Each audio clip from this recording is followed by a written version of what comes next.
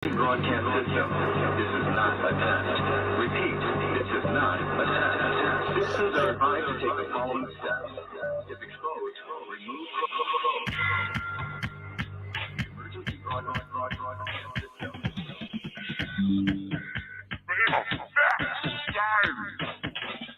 Podcast for the curious mind.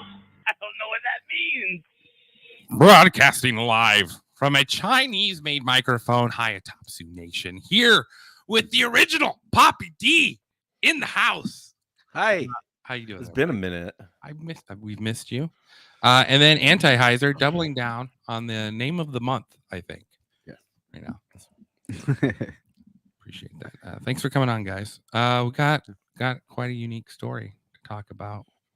You ever heard of John Brown or John Brown's Body? This is a very common name. So no. That's fair. That is, you know what I mean? You know, my entire week of Have you ever heard of John Smith? Never crossed my mind. You guys ever heard of John Smith? Go fuck yourself, Devin.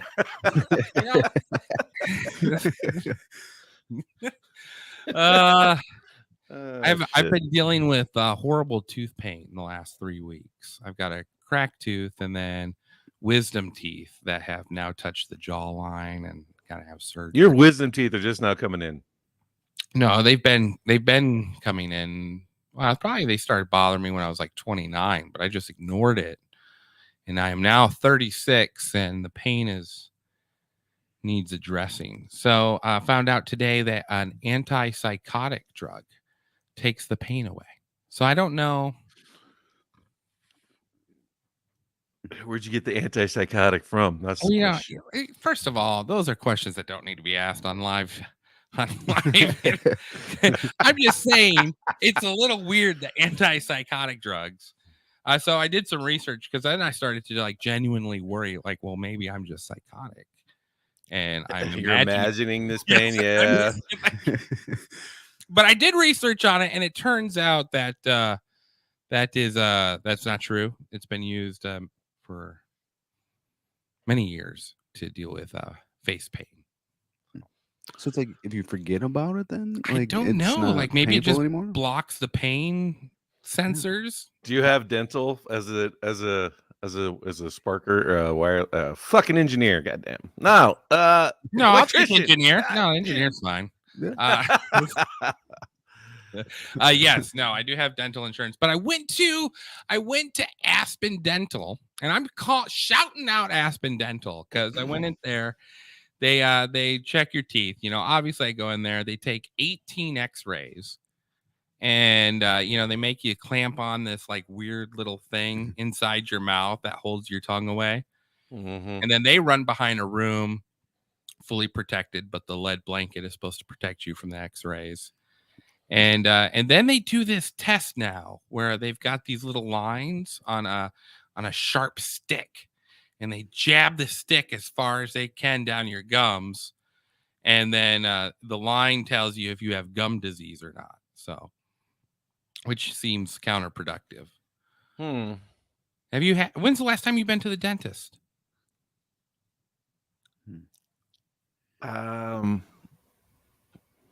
Well, I don't know, 5 years ago, maybe. I don't know. It's been a while. I'm a guy. I take pretty good care of my teeth, though, too. Last time I was like you. I had a fucking cracked tooth.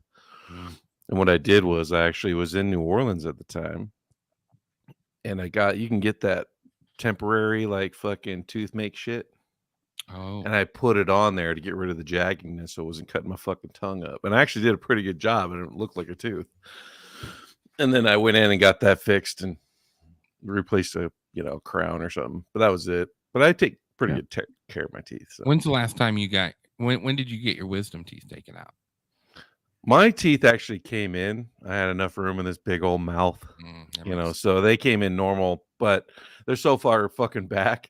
I gagging my toothbrush, trying to brush them, so they ended up pulling them because they got cavities in them, and they said they're not worth fixing because they'll yank them out. I only have my two bottom ones. Yeah. Mine has attached to the jaw, but the roots have curved in, and so they got to go in there and cut them out. Yeah. Yeah. The one place was going to charge me $17,000. Oh my What? god! Holy cow! I got up so fast. I couldn't figure the way out of the building. It's just like, nope, Jeez. $17,000. Did they say this with a straight face? He said, yeah. Well, he was hawing around it for like a good solid 2 minutes, and I'm just like, I don't want to know how much it costs. He's like, well, you got this, and this is really good. You got this, and this insurance will cover this for sure. So the remaining amount is going to be I think it's like the number here says 17,000. That's No, what you have to pay after all your insurance. Like, fuck off. That's what. Yeah, Wow. that's what Yeah. I said. The dentist only works there one day out of the month. It's like Doc Holliday. Yeah. Wow. It's like it's never good when they start off the conversation explaining what all they're going to do and like what insurance covers. Because like, okay, well, this is not going to be good. Yeah, it's exactly how I feel. It's like the more and more he hawed around the thing, I was just like, man, this is. He's like, yeah, that insurance is going to take 2,000 off, so that's exciting. That's exciting. Whole 2,000? That's a good day. Guys, yeah. So that was been my last 3 weeks. Devin, you've been busy with getting the kids all. You're a full gun. You look like a dead man. I'm That's fucking what tired. You I look ain't, like you're dead. You're like, One who's been running around.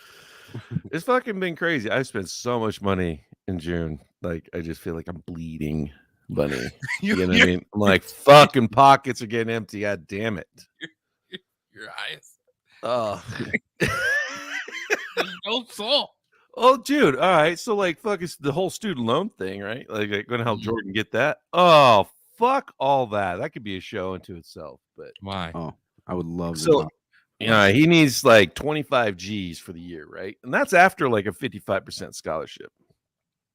A 55% scholarship. They hand them out in percentages now. Pretty much. And it's going to be it's $61,000 a year to go to that school. What school? Cornell College there in fucking In Iowa? Yeah, Mount Vernon, just north of fucking Iowa City. Yeah, that's where he's going to play football. And they're giving him a 55% scholarship. Yeah, so he needs 25 G's for the rest of it. It's covered for the year, which is way better than a lot of the other kids going there. No. So I'm like, oh, let's check out the student loan thing. I fucking borrow 25 G's will cost him $63,000. What? Yeah. I was like, fuck that. I am not signing that. I will pay cash or I'll figure out something. Like, no wonder everybody's fucking broke coming out of college. Coming out of there with a fucking mortgage they can't get out of. Yeah, right? It's literally a mini mortgage. It's 2.5 to 3x. Whatever you borrow is what you're going to end up paying. So kids are coming out saying, I have $150,000 in student loan debt from schools. They're really going to have to pay like $300,000 or $400,000. Yeah. Interest is compounded daily, and it starts the day you sign those documents. Yeah, it's fucking crazy. I don't know how this is an exploitation. It is. These kids are 18 or 19, man. They don't know shit. And if their parents are fucking retarded, they're signing the loan with them. Now they're fucked too. Everybody's cutting their legs off. You're aboard. Wow. Sorry, my bad.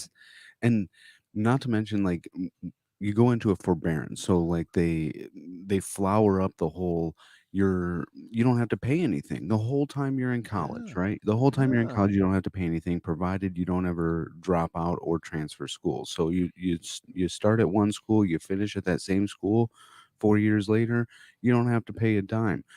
But whatever interest that accrues during that time that you're not making payments, and if you decide not to make payments, that interest will now become part of your principal balance, and they will in turn charge you interest on top of that once you do start making payments. Yeah, interest on the interest, baby. Nothing in this world is free. Like, Yeah. I was a student loan collector for over 5 years, so I would love to do a show about student loans. Oh, We should, are because there's a fun. whole conspiracy behind the American education system when it They comes to colleges. You know how much it was when I went to school? I paid like, I think my fucking semester was like $1,500, dude. Jordan Like, Peterson's got this interesting it clip. was We'll have not to find expensive. it. It was And he's cheap. like, pretty much what you're paying. Like these schools won't kick anyone out. They're getting paid. Unless, yeah, because they're like getting 100,000 per head. Mhm. And so pretty much they're just a big daycare center for young adults. That's you're putting off the ability to grow up under the current college system, and that's the price you pay for it. Now, Yeah.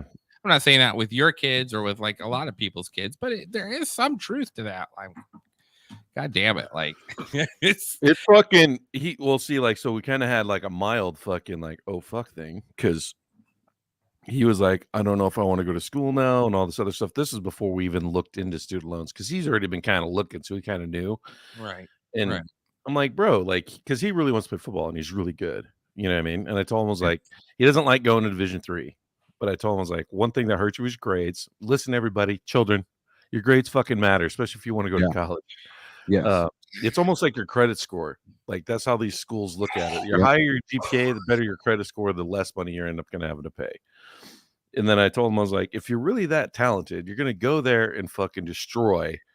And then you'll be able to do other things. Maybe go to a bigger school. Maybe, who knows? Maybe even go to the XFL and they'll play for the Rock. You know, Yeah. you know, so you got options. But his whole hang up was the money because he's like, I don't want to freaking go into like debt just to play football because he really doesn't give a fuck about school. He wants to play football, right? Because he understands, like, from just watching me, that you can get six-figure job without having a fucking degree. You know what I mean? So And that's a good thing because like when it comes to all these kids who like it just makes me like just cringe inside almost when you start hearing about all these kids who are partying and care about these sororities and just like then they drink their college career away. It's like, man, do you really know how much that's costing you or your parents 10, 20 years down the oh yeah.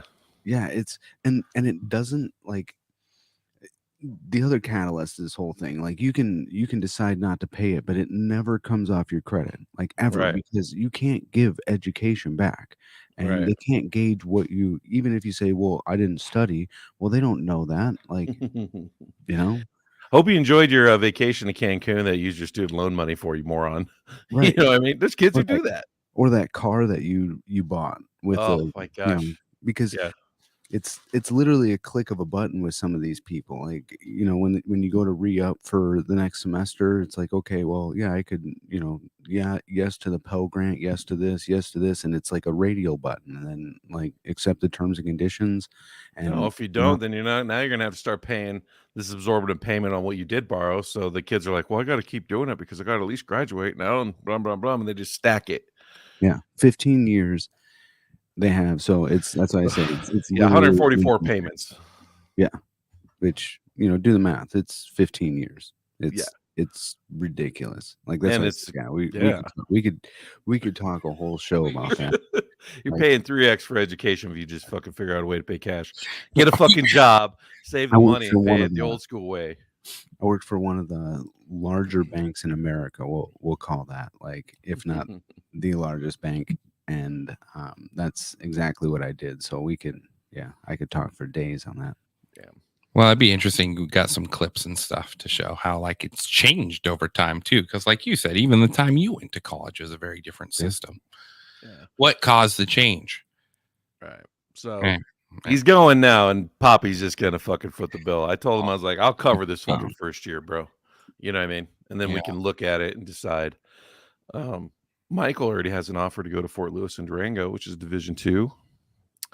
Won't get the full terms of the offer until they go visit because they want all the kids like that they offer to go visit the campus to make sure they fucking like it, obviously. Yeah, that makes sense. And everything I heard about Fort Lewis is good. So interested to see how that plays out for him. But usually Division IIs don't fucking offer till like December. So he should be getting more offers. So I feel good for him. And he's got like a 3.2-ish GPA, so that'll help him even more. Well, one thing I would recommend is, the same thing I recommended to everybody. The best thing you can do if you do get a student loan, if you can make a payment even during the forbearance time. Like, I know you don't have to make a payment, but even if you can, like, make a payment, like, make one. So I think too, certain professions, it's worth getting a student loan for, right? One of my buddies, Yeah, he's an it's anesthesiologist, and he took out student loans because that's the only way he could have gone to school. And they were using it to live off of, but they were still doing it on the cheap. It wasn't like they were going on major vacations or anything. But he's still like he makes a pretty damn good living, and he like makes double payments, and he like works his butt off, and he still pays like I don't want to call him out on it, but thousands of dollars a month is what he pays to get his fucking student loans off. he's not the only one. Like, Yeah. like Well, you would that's be sort of the surprised. abuse. That's the abuse of the system, though. Is like we know that these are high-paying jobs, and if you want to lift yourself out of poverty, there's a tax for that. There Yeah. really is. There's a Well, tax. they should also like vet like what are you going to go to school for? If it's for freaking like French literature, then you're like, you can only get 10 Whoa. G's. You can only get Whoa. 10. You can't borrow 200,000 for something that's only going to pay you like 20,000 a year when you get out. Right. Yeah. How much school cost should be based on what career you're going into. Exactly. Because, like, somebody, that's where teachers kind of run into a problem, right? They have thousands of dollars in student loans, but do they get paid enough to be able to make all these payments and be able to support their family, all while keeping in mind that they have summers too, meaning that there's 3 months out of the year where it's going to be hard for them to make a payment without getting a second job. All right, guys. For sure. No one wants Sorry, to talk sorry, about student loans when they came. We're talking about I'm just saying they can't blanket forgive them, but the system definitely needs fixed. It's a great conversation. Yes. Yes, we should get someone. We should get someone on the show too that can give us more of the dirty details of it, because right down to the books that you have to purchase. I always bought scam. used. I always bought used, and nothing was worse when you had a professor that had this book that you couldn't get used because they just fucking wrote it. So you're in their class, and it's the book they fucking wrote. I'm like, you just making me buy your book, bitch. Some bullshit. All right. All right, let's get on to your favorite subject. Promotional manager. I think you're going to be a campaign manager there. Campaign in, manager for South Dakota for JFK. They would never let me touch it. They see You don't think? they would see the 2 Flat Earther episodes and be like, "Listen, guys, You're like, but I was just an objective witness. I didn't actually agree with the crazy fuck." No, I have been watching a lot of have you guys been watching a lot of this RFK? Devin, we haven't really talked. I know I haven't because I'm trying to stall out. Mm-hmm. You know what I mean? If he is as middle as I think he is, I might be intrigued. It's interesting.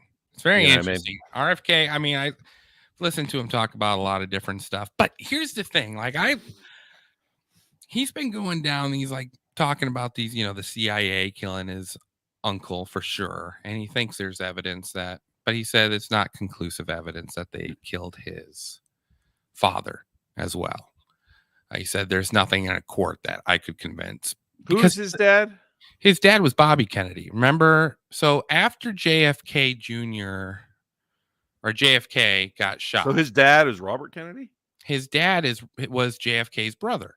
Oh, okay. That makes a lot more sense now. Okay. That was more mob related, I think, than it was CIA for him, but maybe not.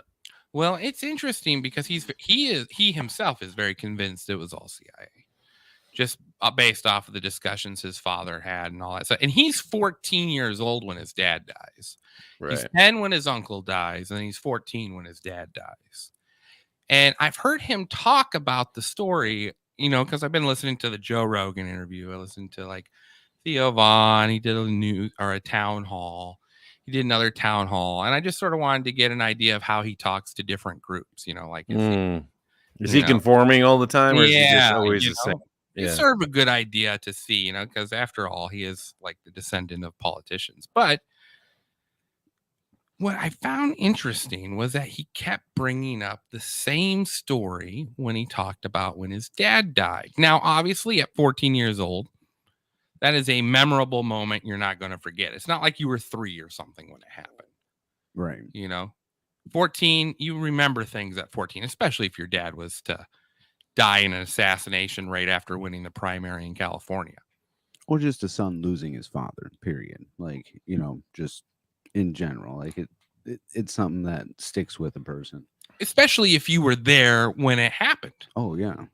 You know, like he was there when it happened. And he tells this story, and it was very interesting because I found a common thread in each of the stories when he talks about when they took his dad for the train ride from New York to DC to have him laid in state. And I wanted you guys to watch what I had seen. Now, he says this in the Joe Rogan interview, he did in the Jordan Peterson, he did it in this town hall, and then he did it at this other town hall. So I thought that you guys might find this interesting because this is what started the whole search Remember for this John well, Brown. True. Yeah, I was 14 years old. I was with my dad when he died in Los Angeles, and then at Good Samaritan Hospital. And then we brought him back to New York on Hubert Humphrey's plane on White House 2. I mean, on USA 2. And we waked him at St.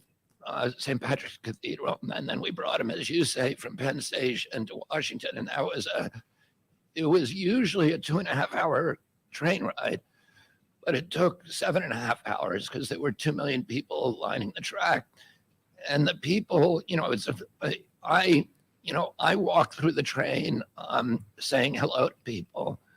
It was it was what would have been the next U.S. government was on that train, and probably one of the most exciting governments in American history that it would have been. And All right. So, I mean, pretty clear memory of what happened, especially since he was there for it all, right? Every time I listen to him, man, he makes me want to clear my throat out. Yeah. Fuck, guy. He talks about it. It's like some sort of disease he got. I'm sure, but I'm like physically, I get a reaction. Listen to him speak. Yeah. Coretta Scott King was on it, and all of my father's friends from the campaign and from at other times. But the groups that lined the track was really this extraordinary cross section of the American experience, and they were the same kind of crowds that I had seen since I was a boy campaigning. My first campaign was the 1960 campaign with President Kennedy, but they were blacks. I mean, in all of the major stations in Trenton and Newark and Wilmington and Baltimore, there were huge crowds of mainly blacks, and we would slow to a crawl as we went through those stations, and we could hear them singing the Battle Hymn of the Republic. In the countryside, it was white. He kept saying that in every interview. Just how many people loved his dad, or what? That when they went through the mostly black areas, and he talks about when they go through the countryside, there's other people obviously, but mostly the black areas. And he says this in every interview when he talks about it, is that they were all singing the Battle Hymn of the Republic as the train passed by. And I thought to myself, why does he so vividly, why does he even mention that detail? I guess, out of all the details, he's always positive to add that one. And this is when he was 14, so he vividly knew that hymn. Yes. He could hear it and recognize the words and know, oh yeah, that's that one hymn. Do you guys know what the Battle Hymn of the Republic is? No. All right. I'll let me sec here. Not really. Is it a religious song? That's where I was going. Okay, with that so one that's even to me that's even more fascinating. Let me see here if I can find it here. Videos. If I should, I'm sorry. First off, but so this is I looked up the history, and according to history, it was written in 1861 during the height of the Civil War. It's a marching song, so something that you would march to. But when I went to look up the song, these were I only found religious renditions of it.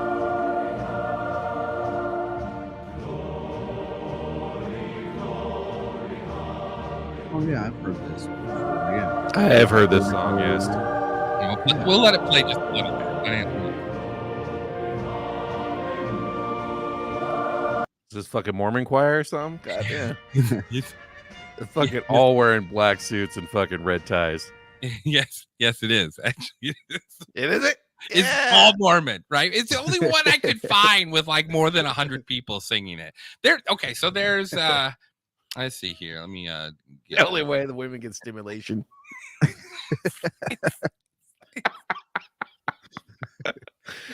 And it's funny too, because like they have to like focus in on like the 3 actually decent looking Mormons that are that make up out of the 1,000 people they have there. Trying to make their propaganda. This could be a clip. Yes. Clip it. Let me see here. I think this is another one. Oh yeah, this. So yeah,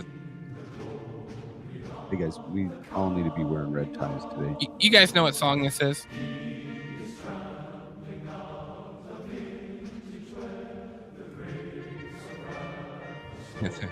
Zoom in on it. Fucking very intense.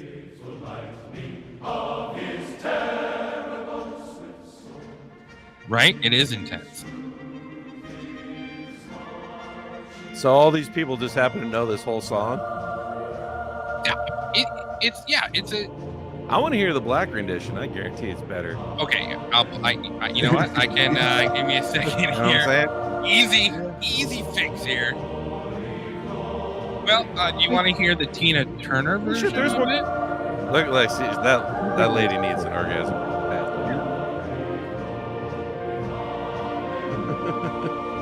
These guys look like they've gone through hours of absolutely brutal practice. Just beating up. Okay.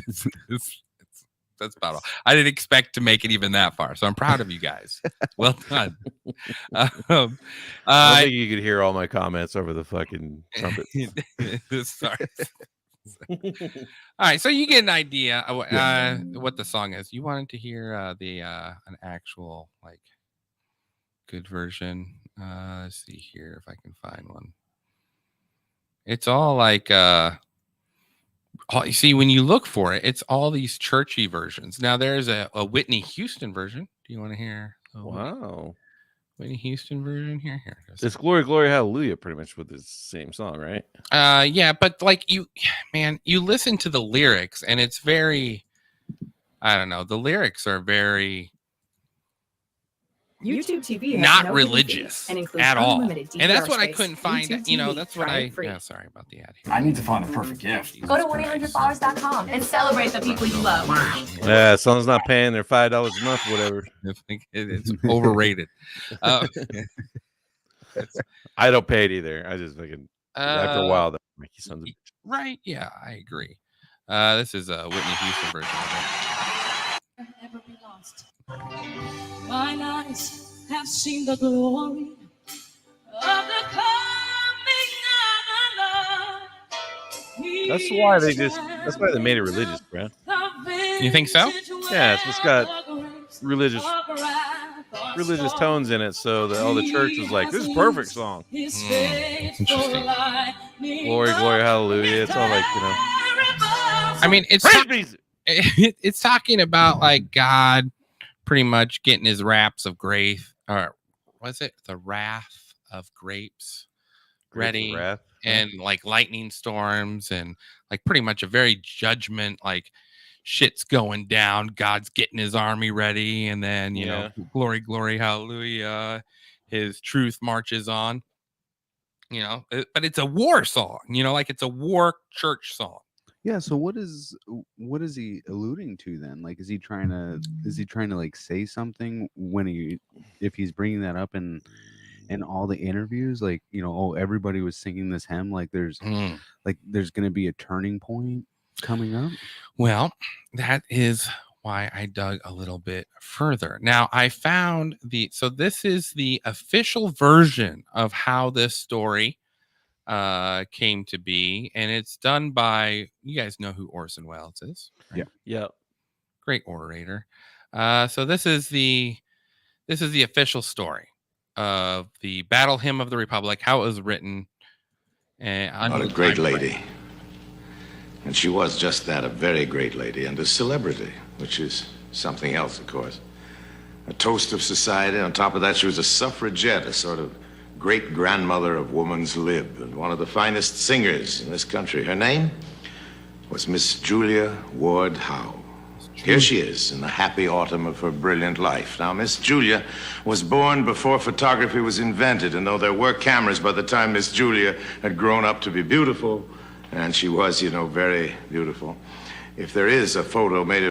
She looks a little further along than late autumn. Could you imagine that? Being in a time where photos were not a thing? I tell my kids all the time, I'm like, just even 100 years ago, life sucked. You know what I mean? 1923. I mean, I guess it's the roaring 20s, but motherfuckers still had like wheels with like wooden spokes. Yes. You know, you're going 30 miles an hour, but it's like, man, you're really getting it. You're hauling ass. It's like, wasn't that around the Fucking time roads of, and shit. No more. You couldn't drink though. Oh, the Around- prohibition yeah. right before it, wasn't it? Yeah, we're getting Yeah, sidetracked anyway, here. yeah. Let's go back to Sorry. horse. Sorry. her back in her youthful days as a breaker of hearts. I haven't been able to find it. Never mind. After all this time, we still remember her with so much affection because of some words she wrote for a song. I don't think there's any argument that it's the greatest song ever to come out of America, and hers are the greatest lyrics. The music This same guy that wrote 1984 and Animal Farm. He really loves this song.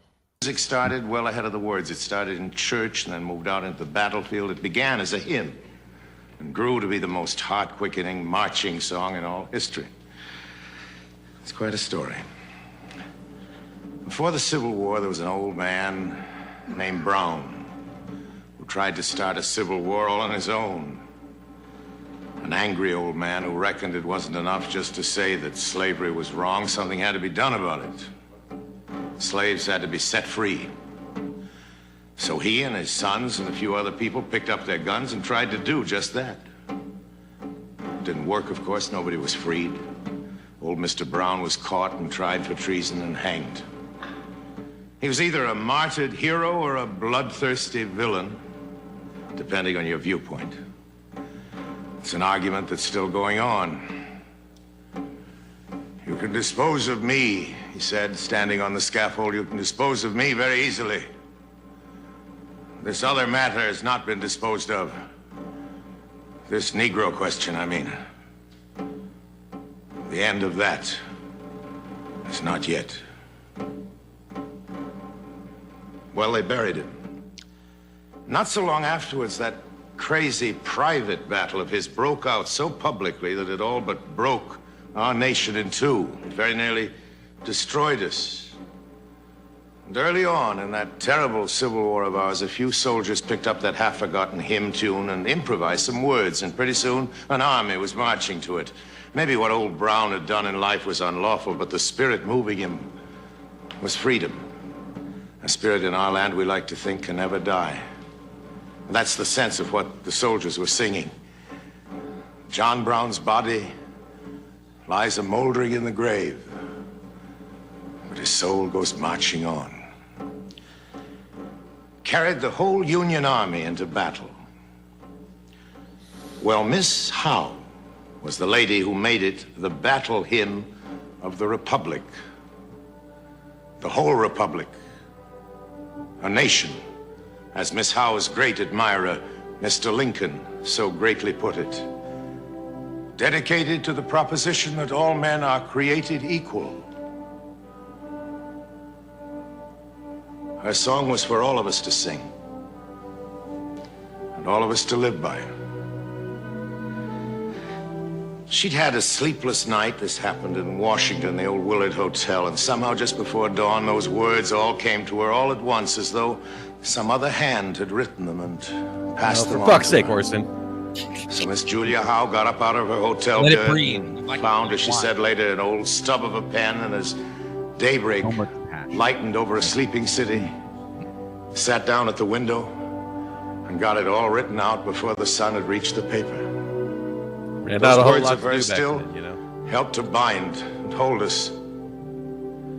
A song not for half a nation to march to, but for a whole people Whole people. to stand up and sing together. Mine eyes have seen the glory of the coming of the Lord. He is trampling out the vintage where the grapes of wrath are stored.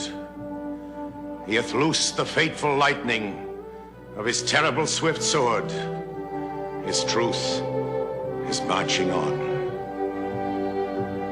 In the beauty of the lilies, Christ was born across the sea, with a glory in his bosom that transfigures you and me. As he died to make men holy, let us die to make men free, while God is marching on. Nailed it. Nailed it. That's what he's thinking right there.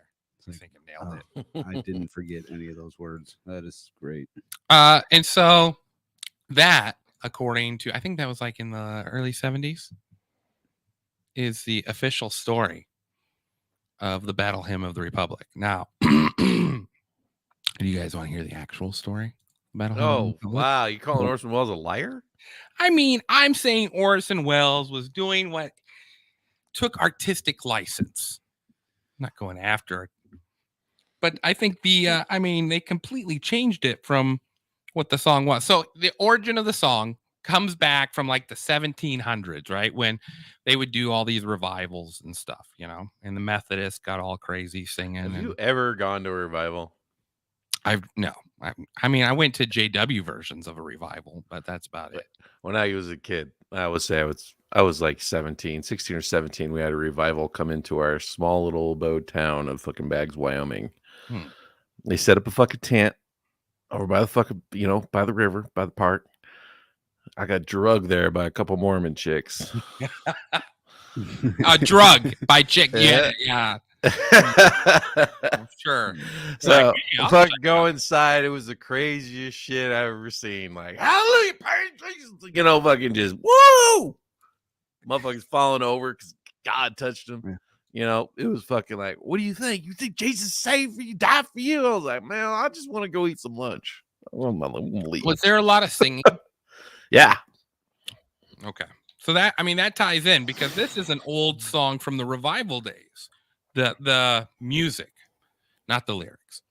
The lyrics were called On Canaan Shores, and it was interesting because during the Bible Belt years, these revivals would go down south and the slaves would hear some of these songs. Mm-hmm. And this song in particular stuck with them because it was talking about getting out of slavery from Egypt and landing on Canaan shores. Gotcha. Where to the white people, it was like, oh, when I die, I'm going to go to heaven.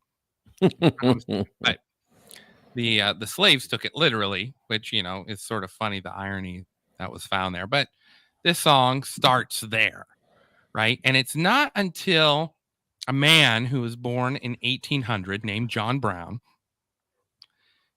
he grows up in a very strict religious upbringing. And he himself gets married at I think very young, like 19, 18. Has like 9 kids with his first wife. She dies. And then has 11 kids with his second wife. So he has 20 kids. Damn. 9 of them don't make it past infancy. So batting 51%. Well, that's what I said. Life sucked. Life sucked. Yeah. Days. And he would go to different areas and he was like a skilled handyman. Would do knew how to tan leather and stuff like that, but could not get any traction whatsoever. Businesses would close up. He'd have to move. He owed money to creditors. Now, this is coming from a guy whose grandfather died in the Revolutionary War. So this is the grandson of a Revolutionary War veteran. Like loves him some America. You know what I mean? Knew the cause. Where was this? Where in the country? Ohio. Okay. It starts off in Ohio, but he goes all over. Well, as a very young boy, his father really pushed into him like slavery is a bad thing. It goes against the Constitution. It's, it goes against what, all, treating your neighbor as yourself, the Bible and all that stuff. But even though his dad was against slavery, like slavery was all around and he had friends who were slave owners. And one time he visited a friend and John Brown was like maybe 10, 11. And there was a little slave boy. and they played all day together, out in the front yard while him and his dad talked, and then dinner time came. Little black boy served them and all that stuff, and it was like an enjoyable time. And then dinner finished, and the friend of his father went to the fireplace and grabbed one of the fire picks, and then beat the slave kid over the head because he had been late bringing dessert. Whoa.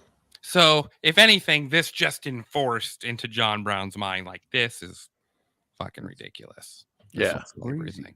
Yeah. Can you imagine, like, going to somebody's house for dinner, and everyone's sitting around in the cigar room? It's like, give me a second. There's that slave boy that missed the pecan pie. Just whack, whack. Like, today we would be talking about antipsychotic pills for that individual. Okay, let's call.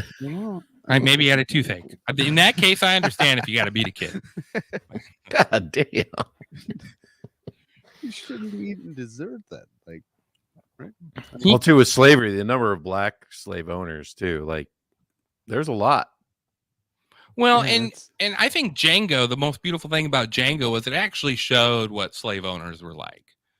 Like, there was not this as much of a lovey-dovey relationship as like Southern culture likes to.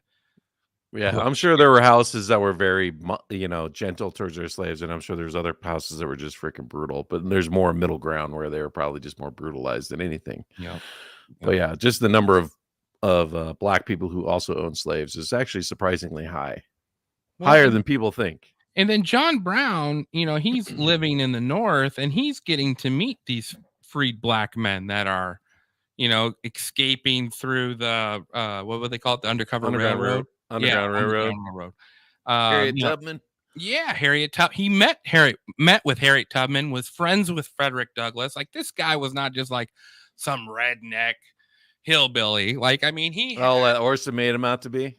And like, I love this guy. Like, he was like, his neighbors cried out about how the Native Americans had land near their property. And so what he did was he immediately invited the whole tribe over to his house for dinner. And just to piss off his neighbors, And so, like, the whole tribe came over, and he would do this with black people too. He'd have black people in and out of his house. It was very ahead of his time for someone that had been raised in the, the middle of Ohio. But he believed that slavery was a sin against man and a sin against God. And what had happened to set the scene, right? John Brown's being raised like this, right? Meanwhile, there's slaves escaping the South, going north, and they're starting to, these cases are starting to reach Congress and the Supreme Court, and decisions are being made on how to handle situations like these while somehow saying they're aligned with the Constitution. And so the decision is made, listen, as the United States grows, for each slave state that is brought onto the Union, there has to be an equal amount of free states. And so, like, Missouri becomes a slave state, and so this state becomes a free state. And then Kansas is opened up. And Kansas has to now decide, now that they've been declared a state, if they're going to be a slave state or a free state. And all the Missourians who are slave owners do not want to deal with a free state. So they flood the border of Kansas. Well, John Brown hears about this.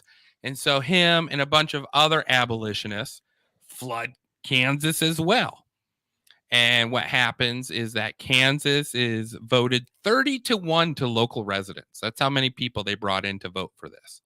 So for every local resident, there was 30 people from Missouri that voted in the Kansas election. Diluted the voting pool. And it turned into a slave state. Well, now John Brown and his family and his 4 boys and that he's got with him there, and they've built these little towns. Now they're under the attack of people that are all pro-slavery. Right. And so there's these little skirmishes that happen. Well, the governor of Kansas is pro-slavery, And so he makes all of these pro-slavists, makes them deputies of the sheriff's departments in their local areas. Well, there is a slave-free town called Lawrence, Kansas, where they, have nothing to do with slavery. And these guys roll up under the guise of being part of the sheriff's department, which they legally are because the governor of Kansas gave them that title. And they shell the town, burn it to the ground, and kill 6 people. Wow. The whole town? The whole town of Lawrence, Kansas is just burned. Flattened. Wow. And this was because before they had gotten their sheriff's badges, they'd come over to Lawrence, and Lawrence told them to go fuck off. Like, you got no authority here. So now that they had the authority, they came and they just devastated the town. It was a swinging dick competition. It was a swinging dick competition. And now that the governor had taken their side, they felt they could do whatever they want. So they burned Lawrence to the ground. Well, this gets back to John Brown. Now, at the same time, and it's called the caning of Senator, I forget what his name was, but do you remember hearing a story where a senator got almost beat to death in the halls of Congress? No. Yeah. So in the 1850s, over the slavery issue, like this, I forget where he was from, Virginia, and he walked up to the Massachusetts governor or senator, walked up to the Massachusetts senator and said something off about how he's trying to make the United States slave free, and then proceeded to pummel him with his cane. And when they walked in to try to stop him, 2 people got in their way and showed their guns. And so no one could stop the caning of the senator. Well, the same time Lawrence, Kansas falls is the same time the senator gets caned. And the report is, travels from DC outward to Kansas. So by the time John Brown hears about it, it's assumed that the senator's dead. And he knows the senator because the senator is very, very pro anti-slavery. So he's like, well, now we got a war on our hands. So he goes in the middle of the night and finds 5 people that were a part of the sacking of Lawrence, Kansas, drags them out in front of their families and hacks their bodies to bits. Fucking justice, baby. And he says that he didn't quite settle the score because he only killed 5 and they had killed 6. Wow. And fuck those guys. It gets so crazy that the rest of the nation calls Kansas Bleeding Kansas because there's just all these little guerrilla wars that break out. Yeah, for sure. Now, meanwhile, John Smith is actively involved in the Underground Railroad, but he is convinced that unless he can convince the slaves to start a rebellion, that there's no way slavery is going to end. And so him and his boys and 11 freed slaves try to come up with a plan and get funding from New York in order for them to actually go down to the South and be able to spring huge plantations of slaves and send them up north. And of course, these people from the North that are, abolitionists, are sort of in love with this John Brown because he's crazy. He's got a huge beard. He's definitely got this mountain man, crazy hillbilly vibes, but he talks very eloquently and, can convey his message rather well. And so there's 6 people that fund money to him for weapons and so forth. And so he wants to give it a try. He hires a guy to come up with a good strategy, and they decide that they're going to practice it out in Missouri. So they practice up in Tabor, Iowa, and then they shoot down to Missouri.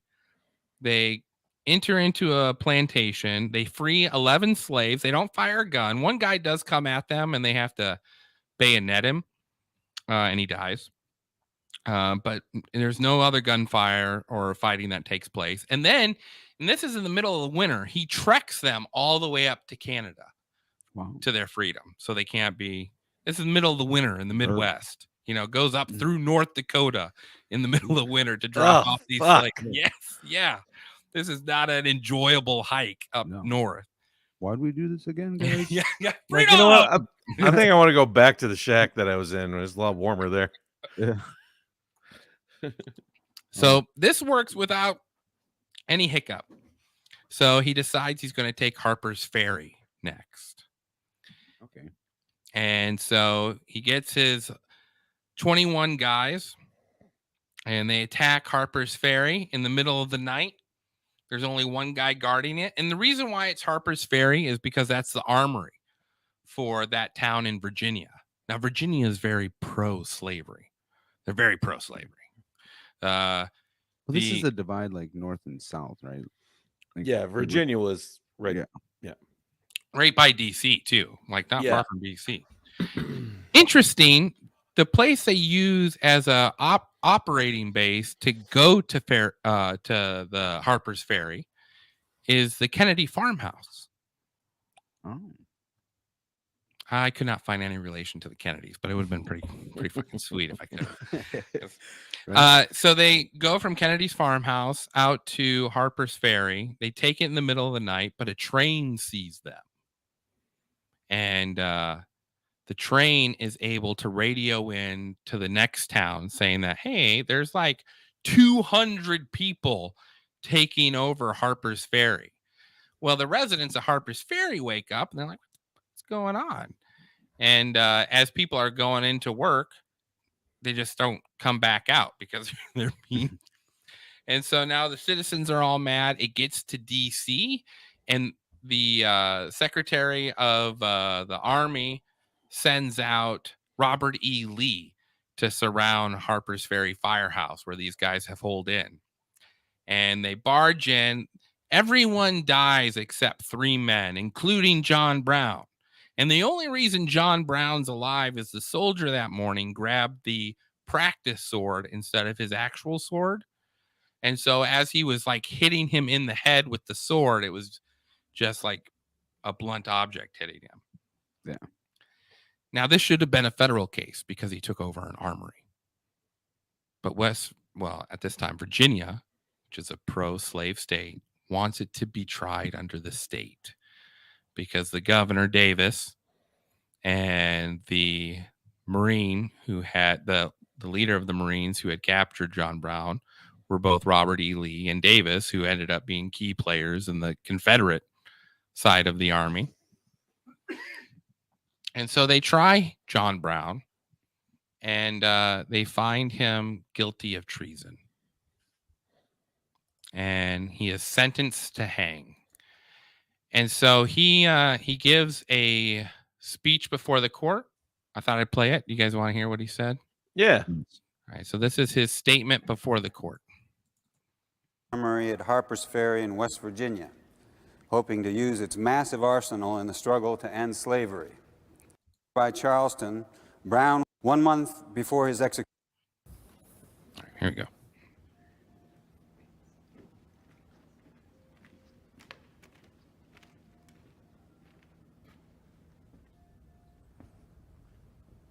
I have, may it please the court, a few words to say. In the first place, I deny everything but what I have all along admitted. The design on my part to free the slaves. I intended certainly to have made a clear thing of that matter, as I did last winter when I went into Missouri and there took slaves without the snapping of a gun on either side, moved them through the country, and finally left them in Canada. I designed to have done that same thing again on a larger scale. That was all I intended. I never intended murder or treason or destruction of property or to excite or incite the slaves to rebellion or make insurrection. I have another objection. And that is, it is unjust that I should suffer such a penalty. Had I interfered in the manner which I admit, and which I admit has been fairly proved, had I so interfered in behalf of the rich, the powerful, the intelligent, the so-called great, or in behalf of any of their friends, either father, mother, brother, sister, wife, or children, or any of that class, and suffered and sacrificed what I have in this interference, it would have been all right. And every man in this courtroom would have deemed it an act worthy of reward rather than punishment. This court acknowledges, I suppose, the validity of the law of God. I see a book kissed here, which I suppose to be the Bible, or at least the New Testament. That teaches me that whatsoever I would that men should do to me, I should do even so to them. And it teaches me further to remember them that are in bonds as bound with them. I endeavored to act up to that instruction. Now, I say I am yet too young to understand that God is any respecter of persons. I believe that to have interfered, as I have done, as I have always freely admitted I have done, in behalf of his despised poor, was not wrong, but right. Now, if it is deemed necessary that I should forfeit my life for the furtherance of the ends of justice, and mingle my blood with the blood of my children, and with the blood of millions in this slave country, whose rights are disregarded by wicked, cruel, and unjust enactments, I submit, so let it be done. Wow. Like he didn't feel like he should be put to death. Like he doesn't feel like he should be dying because of what he's done. And we really can't blame him, because in the end, slavery was abolished or went away with, and that's exactly what he was fighting for. So was he wrongly convicted or overcharged? Hindsight, and in my eyes, I say yes. So the song is changed to John Brown's Body, but it doesn't happen until 1860, when the United States breaks off from each other. The Civil War starts, and there's a group that's commissioned in Massachusetts to clean up an old fort and get it ready for war. And there just so happens to be a guy by the name of John Brown in this regiment. And the soldiers pretty much just start making fun of him because, John Brown led a rebellion against the South, and now they're fighting against the South. So pretty much it's all John Brown's fault. And you know how kids get when they're all together and they're doing boring work. They just start, picking on someone. So it happens to be poor John Brown. Well, John Brown's friend knows the music to the Canaan Shore song and puts this little ditty about John Brown, about him a moldering in the grave. Let me see if I can actually find the song here. I think this is it here. So it got written because somebody's just trolling. Yes. And fucking some other John Brown. Yes. Sounds like my kind of guys. Yes, that's exactly what I thought too.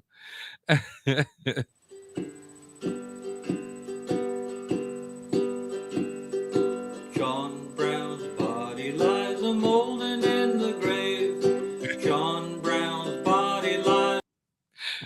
Anyway, so that's Wow. that's pretty much the whole the whole basis of it turning into John Brown's song is that John Brown's body lies a moldering in the bank, but his spirit keeps marching on. Well, and they changed I mean, this song is a marching song, right? It's meant to, they put anything in you can put anything in there. And so they they change it to, Davis, we're going to hang him from an apple tree, and we're going to make him eat rotten eggs till he has diarrhea. And, and so now they go down to DC to do like a presentation march, what do they call that? Like a parade, just a little parade march. Yeah. And one of the lines gets broken through. And so now the parade's over, the guys are marching to the front line, and this woman who's a, high-end, sophisticated woman of the arts and of the, high end of the suffragette movement and all this stuff is stuck in traffic waiting for these troops to cross the road. And they're all singing this John Brown body song, super grotesque. Who knows what they were actually, because the lyrics changed. And the pastor she's riding with, after they're finally done marching, he goes, "Man, it sure be nice if someone cleaned up that song. Hate to have a catchy tune go to waste like that." And that's how Battle of Hymn of the Republic. Oh, she was inspired by God. She was fucking inspired because they hear the foul and filth they were singing that song too. Change the words. Yes. That was unacceptable. But I know all kinds of terrible fucking marching songs from the Marines. It's really bad ones. You'll have to. Well, let me finish this song here. Here's the actual song that would have been the published version of John Brown's Body. I'm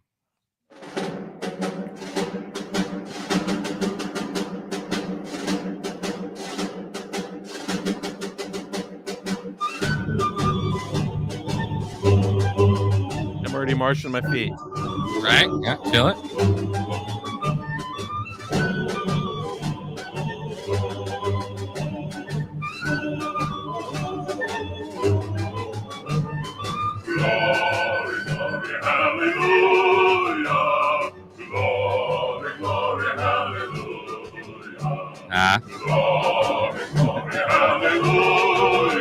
His soul goes marching. That's the meaning of his soul. John Brown's body lies a mouldering in the grave. John Brown's body lies a mouldering in the grave. John Brown's body lies a mouldering in the grave. His soul goes marching on. Glory, glory, hallelujah. Glory, glory. Yeah, everybody just changes the words, man. That's why the church grabbed it and said, "Yeah, we gotta change that to the L word." Oh, we're listening to the whole thing, bud. It's only 2 minutes. That's not a fucking very fitting picture of John Brown either. He almost looks like a character from fucking Lord of the Rings or something. That is him. That's him. I know. I saw a better picture of him though. John Brown. Glory, glory, hallelujah. Glory, glory, hallelujah. John Brown was the reason for the Civil War. I would say, man, I mean, I'm not personally. I'm not saying like yes, but like they needed somebody to blame the war on, so John Brown was that scapegoat. Well, and you gotta understand too, John Brown was this glorified villain to the South. Here was this guy just going to random people's houses that were murdering them, taking their property, which was slaves, decimating their livelihood. He was, and so this was done almost, can you imagine hearing, they said that the whole Union at the beginning of the war was singing this version of the song, the John Brown's Body song. It wasn't, the Battle Hymn of the Republic comes, maybe 50, 60 years later, where it's actually accepted as the new lyrics and the proper lyrics and, all that stuff. And then you see Johnny Cash sing it and Orson Welles talk about it. And all that stuff. You can see all, the Mormons sing it and the Pentecostals sing it. But originally, the Union was singing this version of the song.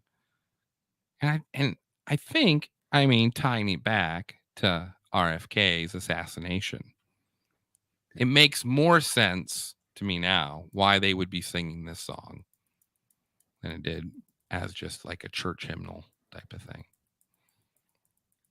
Because the whole premise is that Interesting. you can kill John Brown, but his spirit keeps moving on. Show. It's John Brown's body. It's a little music episode for you guys, huh? I listened to the song like 50 times. Well, you're all patriotic this week, especially during 4th of July. Fucking playing that song.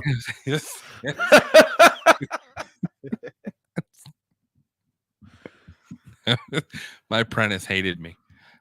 Glory, glory, glory. He's like, God damn it. He's going to sleep thinking it. God dang it. He's going to change it to fucking, quarter hustling something. Yeah. There's a possibility there. Here's a new version out, everybody. Anyway, I thought it was interesting. All from hearing RFK talk about it nonstop. And I was just like, well, what is so special about Battle Hymn of the Republic? It's not even that great of a song. It's better now. All right. Anything you guys want to talk about here before we wrap it up? A little thought of the day. Oh, we had a rant about student loans. That made me feel good. No. Did it feel better now? Fuck them. They're terrible. Yeah.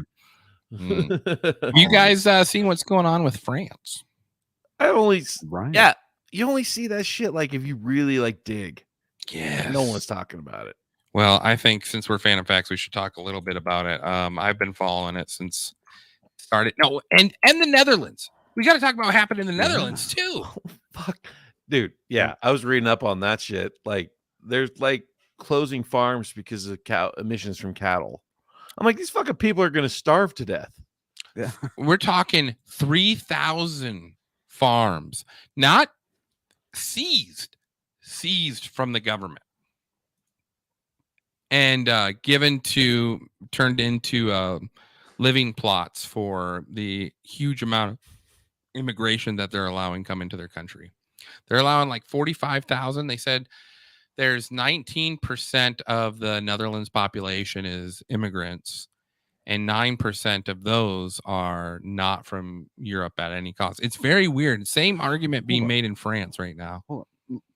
Did you say that they're being seized by the government? So what you mean is like these people, they own their own homes, generational farm, not homes, farms. So farms, like 1,000-acre places, lands, and they own these. They've been inherited these lands, so it's like I pay my house off, I give it to my son and or my daughter, and now it's theirs. And the government comes in and is like, well, we're going to need that for something else. So this is the government coming in and taking their land from them. Yes. I'm sure they're getting compensated, but still it's still fucked. Yeah, that is crazy. I couldn't imagine. So they've been talking about this since 2018. I've been following it. 2017, maybe even, have been first brought up. So it's been going on for a while. Yes. Well, and then you had COVID happen, so that just paused everything for a minute. And now they officially started seizing these 3,000 these 3,000 different farms from people. And like farmers are committing suicide. They're doing all sorts of things. So what happened is the farmers have now taken their tractors up on the interstates and have just blocked all traffic. They're dumping manure on Capitol Hill's fucking steps, doing all kinds of crazy shit. Like, especially like politicians for their country too, just fucking up their shit. Yeah, like that's at that point, you drive them in, it's just like Killdozer, bro. Yep. I was reasonable until I wasn't. Except 3,000 Killdozers is what you're fighting with now. It's not just their land. I mean, that's like, you think about farmers around, in the Midwest, even in America, like that's their livelihood. That's the only thing that they know. So for the government to come in and be like, no, this is ours now. Go find something else. Like you're telling a person that your whole livelihood that up to this point is just going to have to change. So, and there's nothing you can do about it. It's It's for your country. Well, there is things you can do about it. It's all unreasonable things. Here's the thing: it's worked. So now the government has officially resigned and given its official notice of resignation to the King of the Netherlands, which he has accepted.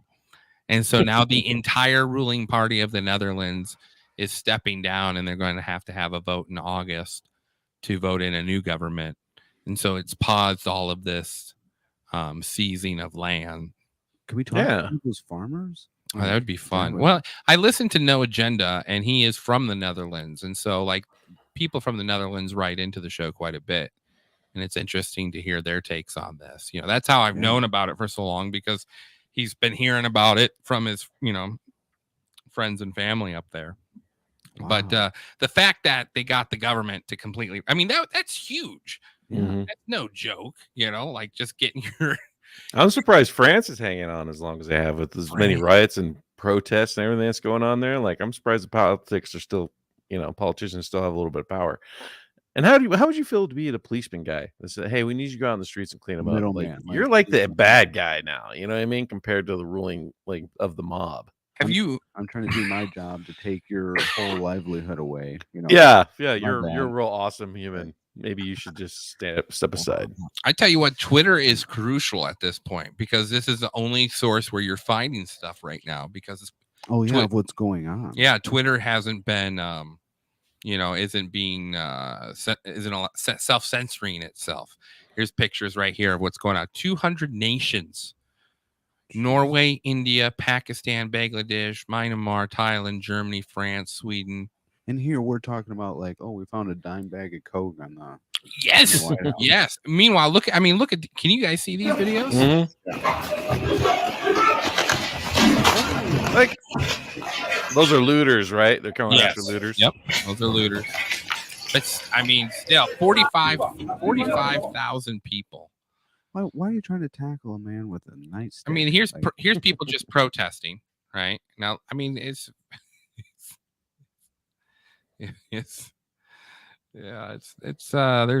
zero tolerance right now. There's no freedom of speech being allowed. Let's give these boys some fucking paintball guns. Well, get rid of them helmets with shields real quick. Let me see here. Like some pepper balls. Let's see if I can find some of these actual videos. That is crazy. How's that boat staying afloat? Yeah, this is when this happened all in 2011. Do you guys remember this? Back during the the Arab Spring. Mm-hmm. They're bringing here's a great video.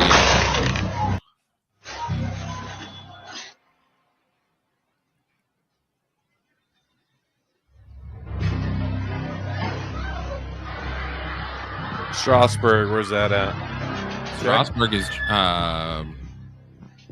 Czechoslovakia. I think so. Is this why they don't run 100% off sales?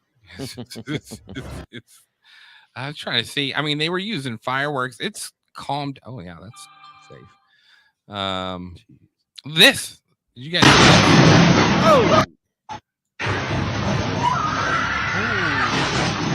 Dude, that's like a movie. That's stuff that's going on. This one was a Frenchman gets his hand cut off from rioters. All those guys are double funded. His hand cut off? Yeah. He was trying to protect his vehicle. His hand. He's not having a good day. This is the stuff that was going on. And then, Macron was out there at an Elton John concert. This one was crazy too.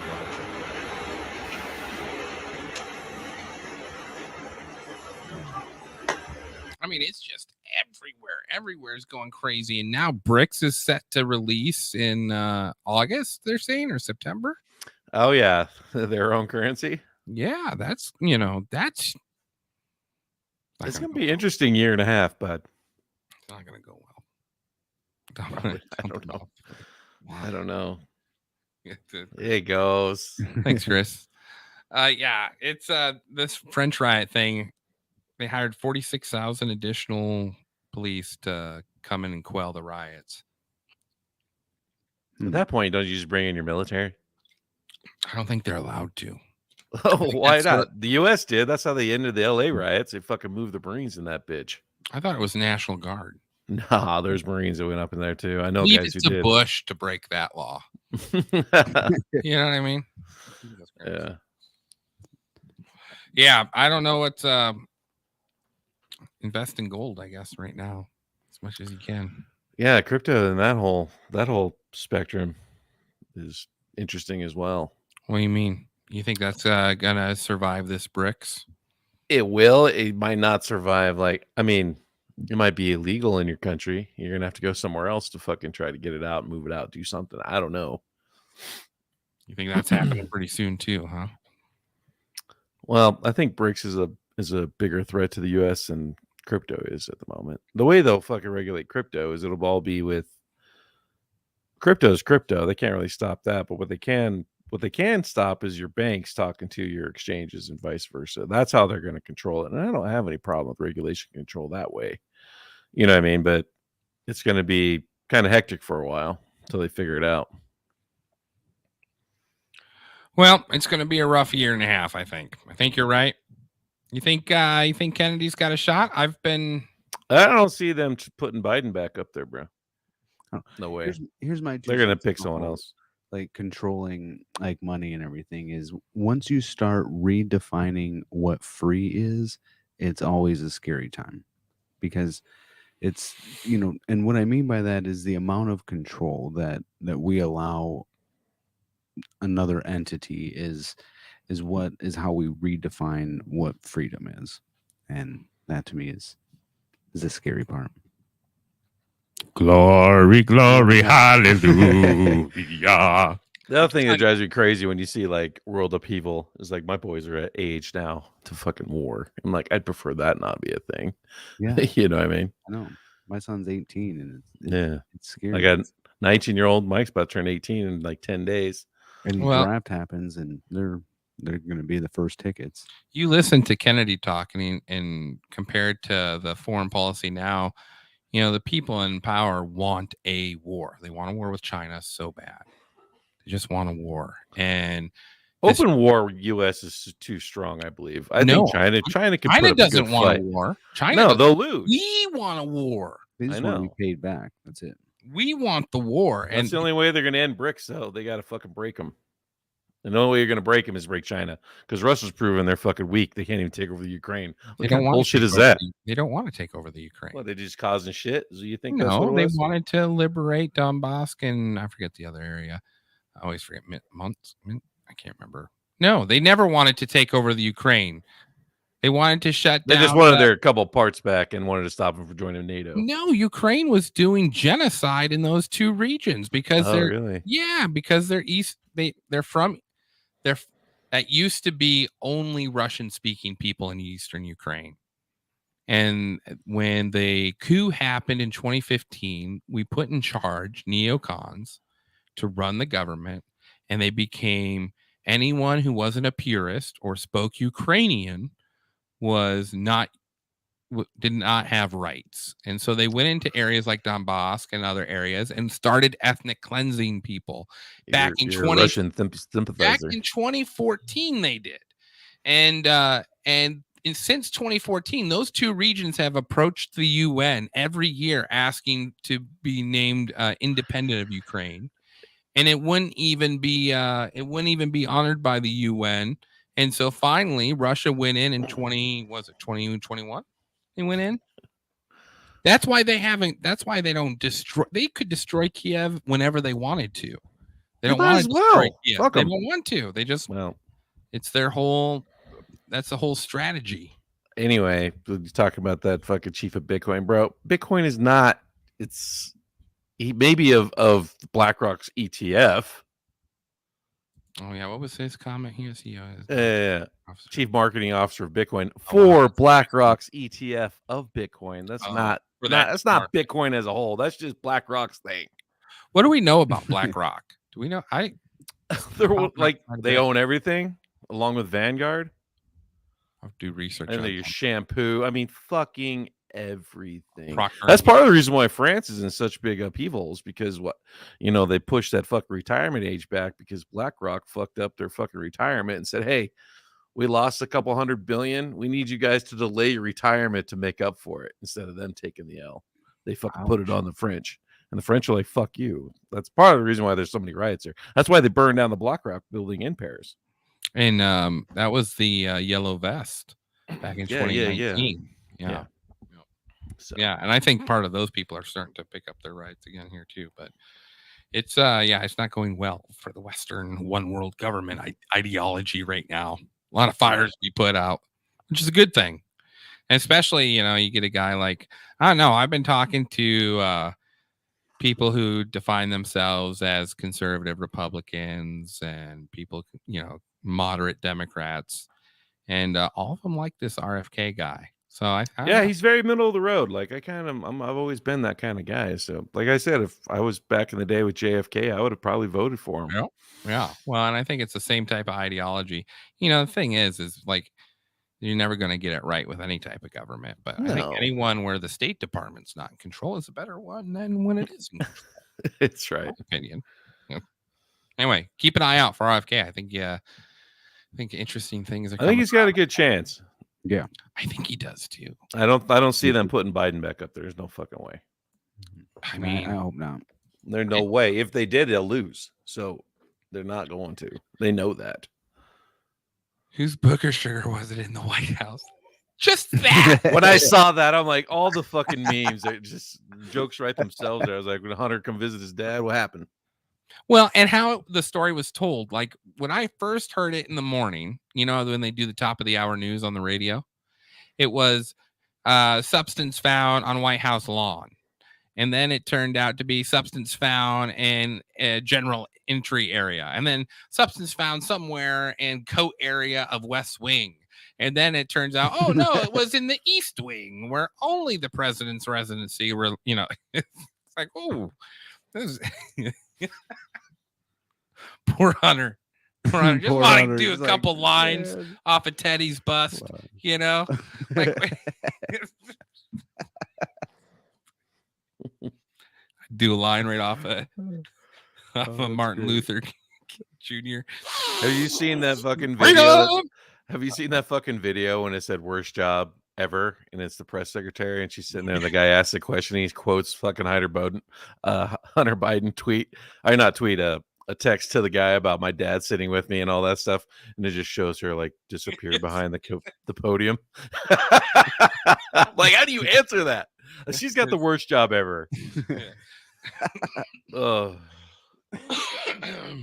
That's I don't know if that's correct. Michael. Yeah. I think that was its name before vice presidency. All right. Well, we're going down a wormhole. We need to stop this show. Everyone, have a good rest of your Sunday. Have a good work week. Ciao.